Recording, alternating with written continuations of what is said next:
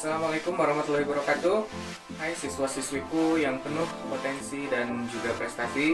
Bertemu lagi dengan saya di pembelajaran matematika. Nah, sebelum kita mulai belajar, alangkah baiknya kita berdoa agar materi yang kita pelajari hari ini bisa berkah dan juga menjadi bekal untuk masa depan yang akan datang.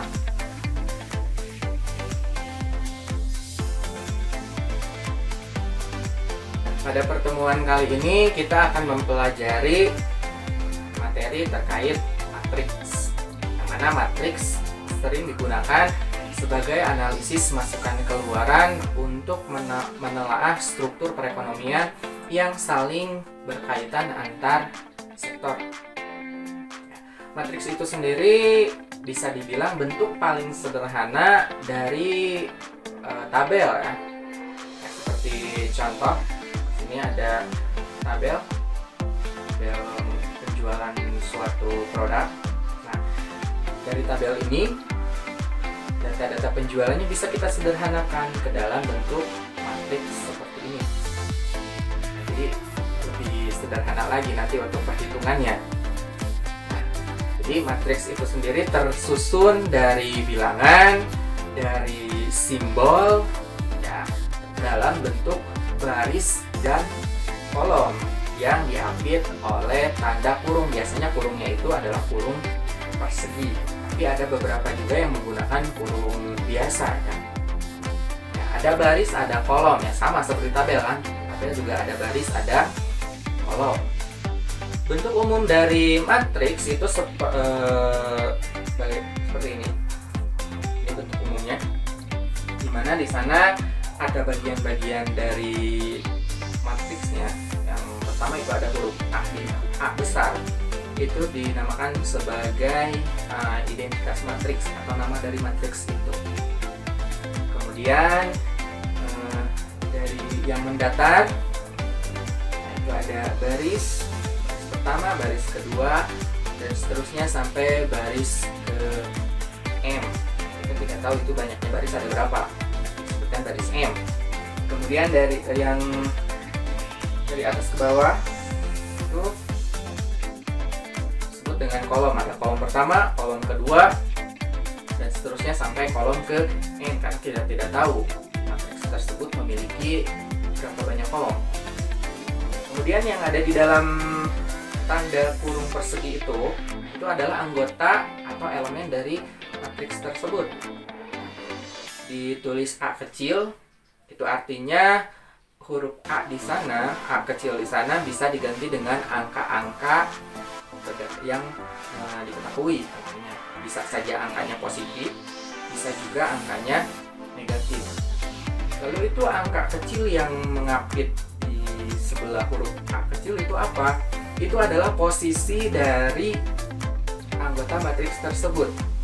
Kalau di sana dituliskan A11, berarti dia ada di anggota tersebut ada di baris pertama, kolom pertama.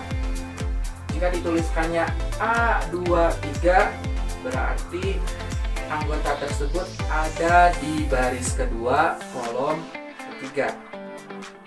Kalau yang terakhir itu ada di AMN, nah, berarti si anggota tersebut ada di baris ke M, kolom ke N, yang kita tidak tahu ada di angka berapa, tergantung dari banyak matriks tersebut. Oke, nah di contoh ini bisa kita sebut matriks A berordo M kali N, di mana ordo itu menyatakan banyaknya baris dan banyaknya kolom. Untuk lebih jelasnya, kita simak contoh sebagai berikut. Nah, untuk contoh yang pertama, di sini diketahui matriks C ya, dengan anggota 1, 1, 2, 3, 5, 8, 13, 21, dan 34. Tentukan elemen-elemen matriks berikut ini. Nah, yang pertama, baris kedua kolom ketiga atau A23, Kemudian yang kedua, kita harus menentukan di mana baris ke-1 kolom ke-1 dan anggota yang terletak pada baris ketiga kolom ke-1. Oke, kita kerjakan dulu yang pertama.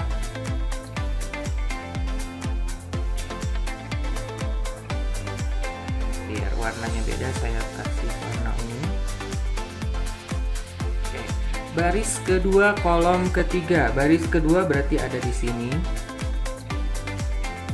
Kolom ketiga ada di sini. Nah, titik temu dari pertemuan baris kedua dan kolom ketiga itu ada di angka 8, sehingga untuk yang A itu hasilnya sama dengan 8. Oke, kemudian yang kedua, baris pertama kolom pertama ya, atau tadi pada bentuk umum itu A11. Nah, ini ya, seperti bulat. Anggota yang ada di baris pertama kolom pertama itu sama dengan 1. Dan yang terakhir, untuk baris ketiga kolom ke-1 berarti ada di baris ketiga. Ganti dulu warnanya.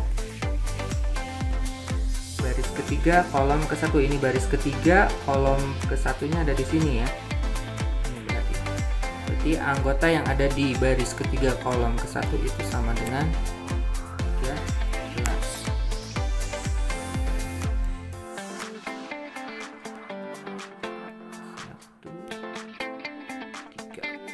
Ya, itu. Oke, kemudian untuk contoh yang kedua, sorry ini contoh yang kedua ya, bukan yang pertama. Tentukan ordo dari matriks berikut. Nah, berarti kita harus menentukan dimensi dari 3 matriks ini ya. Yang pertama, matriks K itu dengan anggota 2, 4, 6, 8. Kemudian matriks Y negatif 3, 4, 4, negatif 6, 2, dan negatif 7. Dan matriks D itu dengan anggota negatif 2, negatif 3, negatif 4, 1, 2, dan 3. Nah, kita lihat di sini ordo tadi seperti kita ketahui menentukan berapa banyak baris dan berapa banyak kolom. Oke, untuk yang pertama di sini ada barisnya ada 1, 2, kemudian kolomnya juga ada 1, 2. Berarti di sini dia memiliki ordo 2 kali 2 ya, atau kita bisa tulis K 2 kali 2. Ordo 2 kali 2. Kemudian yang B. Yang B dia punya 1 baris, 2 baris, 3 baris, dan 1 kolom, 2 kolom.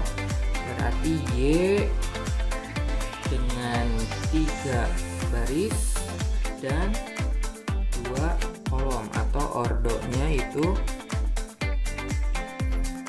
3 kali 2.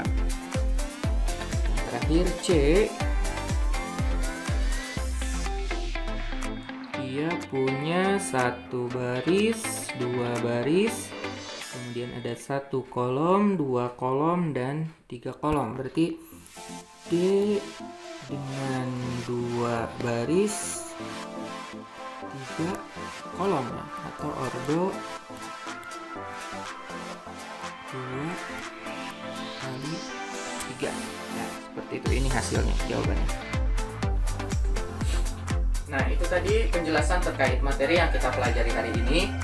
Apabila ada pertanyaan, silahkan kalian ajukan di kolom komentar dan akan saya jawab langsung secara live melalui channel YouTube ini, atau saya ketikkan melalui kolom komentar, tentunya selama jam pelajaran matematika.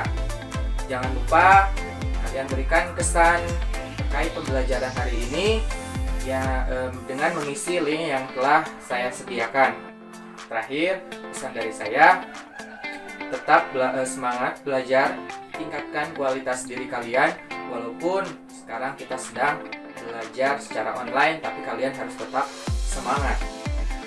Dan juga jaga kesehatan, patuhi protokol kesehatan yang dianjurkan oleh pemerintah agar kita terhindar dari wabah COVID-19 ini. Kita akhiri pertemuan hari ini. Saya tutup. Assalamualaikum warahmatullahi wabarakatuh.